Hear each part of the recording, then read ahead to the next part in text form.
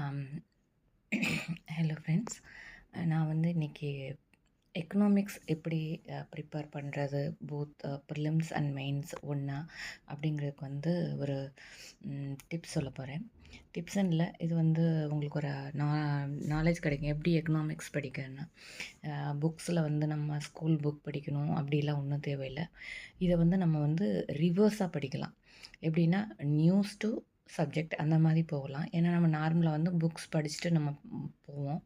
But இப்போ வந்து பேட்டர்ன்லாம் change பண்ணதுனால நமக்கு வந்து யூபிஎஸ்சி ஸ்டைலில் கேட்குறாங்க. ஸோ அந்த மாதிரி இருக்கும்போது நீங்கள் ப்ரிப்பேர் பண்ணும்போது நீங்கள் ப்ரிலிம்ஸ் மெயின்ஸ் மொத்தமாக நீங்கள் வந்து நியூஸ் பேப்பர்லேருந்து படிக்கிறது தான் அட்வைஸபிளாக இருக்கும். ஏன்னா நான் அப்படி தான் படித்தேன்.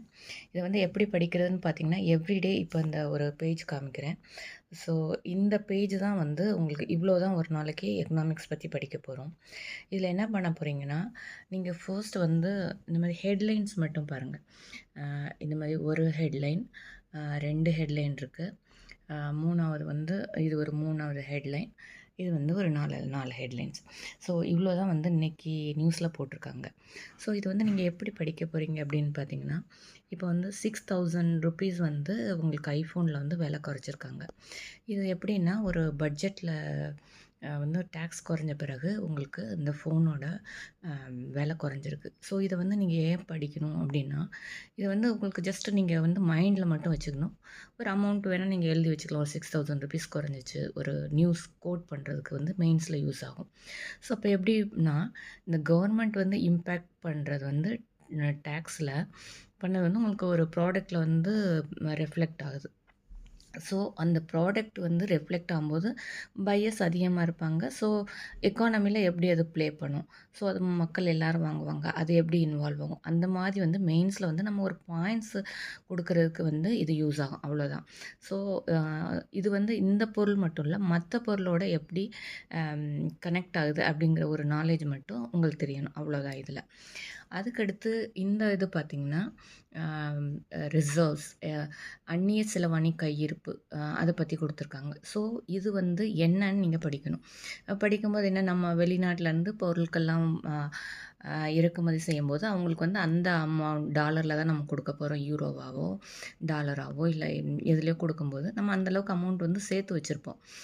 நம்மளோட எக்ஸ்போர்ட் பண்ணி அந்த அமௌண்ட்டை வச்சுருக்கும்போது நம்ம ஒரு குறிப்பிட்ட அமௌண்ட் அந்த பொருள்லாம் பெட்ரோலோ ஏதோ ஒன்று நம்ம வாங்குறதுக்காக நம்ம வந்து வச்சுருப்போம் கவர்மெண்ட்லேருந்து. ஸோ இது வந்து எப்படி கரெக்ட், இது வந்து சில டைம் சொல்லுவாங்க ஏறுது இறங்குது. இப்போ மீண்டும் புதிய உச்சம் எதனால அப்படிங்கும்போது பார்த்திங்கன்னா, இப்போ வெளியில் நாட்டில் வந்து ஒரு வார் வருது, இல்லை ஒரு ஃப்ளட்டோ இல்லை அந்த மாதிரி எக்கனாமிக் கண்டிஷன் வந்து அன்ஸ்டேபிளாக இருக்கும்போது உங்களுக்கு நம்ம அங்கே வந்து கொஞ்சம் விலை கூடும்போது நம்மளோட டாலர்லேருந்து வாங்கும்போது அந்த பொருட்களோட விலை கூட இருக்கும்போது நம்மளோட கையிருப்பு வந்து ஆட்டோமேட்டிக்காக குறையும். ஸோ அந்த மாதிரி இருக்கும்போது இப்போ அந்த சுச்சுவேஷன்லாம் கரெக்டாக வந்து ஸ்டேபிளாகி வரும்போது பார்த்திங்கன்னா உங்களுக்கு நம்மளோட பெர்ஃபார்மன்ஸ் அதிகமாக, நம்மளோட கண்ட்ரியோட பெர்ஃபார்மன்ஸ் அதிகமாக இருக்கும்போதும் நம்மளோட கையிருப்பு வந்து கூடுதலாக வரும்.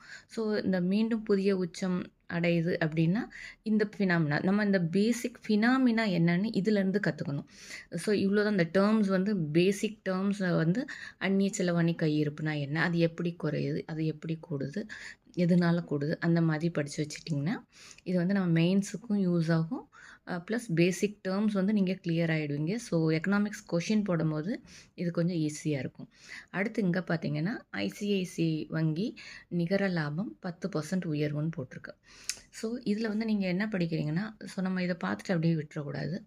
இதில் வந்து வங்கி வந்து லாபம் ஈட்டியிருக்காங்க 10%. ஸோ வங்கி வந்து எப்படி லாபம் ஈட்ட முடியும்னா, அவங்க வந்து ரிசர்வ் பேங்க்லேருந்து கடன் வாங்கி கடன் கொடுக்கும்போது அவங்களுக்கு வந்து ப்ராஃபிட் வருது.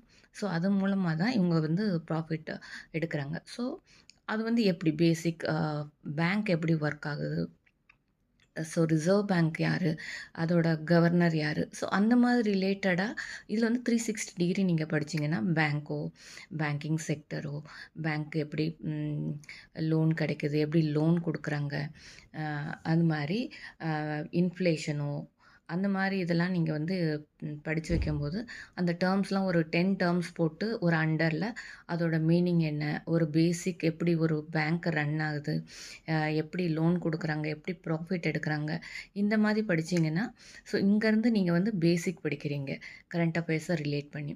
அதுக்கடுத்து பார்த்தீங்கன்னா, இந்த பட்ஜெட் வாரத்தில் மும்பை பங்கு சந்தை 1% உயர்வு. ஸோ இதில் பார்க்கும்போது பார்த்தீங்கன்னா, நீங்க மெயின் டேர்ம் வந்து பட்ஜெட் தான்.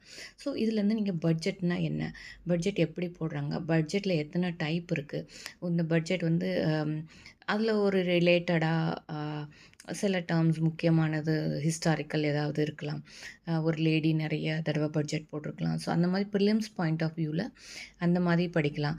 ஸோ பட்ஜெட்னா என்ன, பட்ஜெட்டில் எத்தனை டைப் இருக்குது, அந்த பட்ஜெட்டில் எவ்வளோ டெபிசிட் வருது, இப்போ பங்கு சந்தையில் வந்து அந்த பட்ஜெட்டோட ரோல் ப்ளே என்ன, பங்கு சந்தைனா என்ன, இதில் வந்து 1% உயர்வுன்னு போடும்போது புல் மார்க்கெட்டோ பியர் மார்க்கெட்டோ நம்ம பார்த்துருப்போம். ஸோ அப்படின்னா என்ன அப்படிங்கிற டேர்ம்ஸ் வந்து நம்ம புக்கில் போய் படிக்கணும்.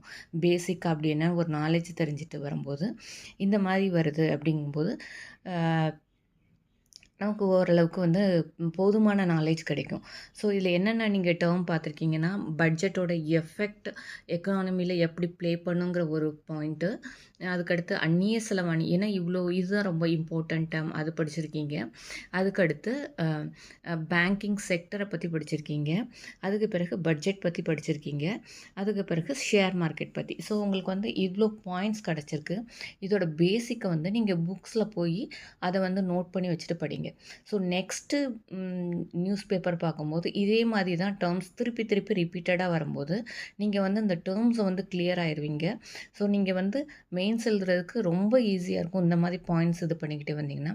ஸோ இது வந்து ரொம்ப லென்த்தியாக அந்த வீடியோ போகுது. ஸோ நெக்ஸ்ட்டில் வந்து இன்னும் டீட்டெயிலாக ஒவ்வொரு டாபிக் சப் டாபிக் அண்டரில் வந்து நான் வீடியோ போடுறேன். Thank you friends.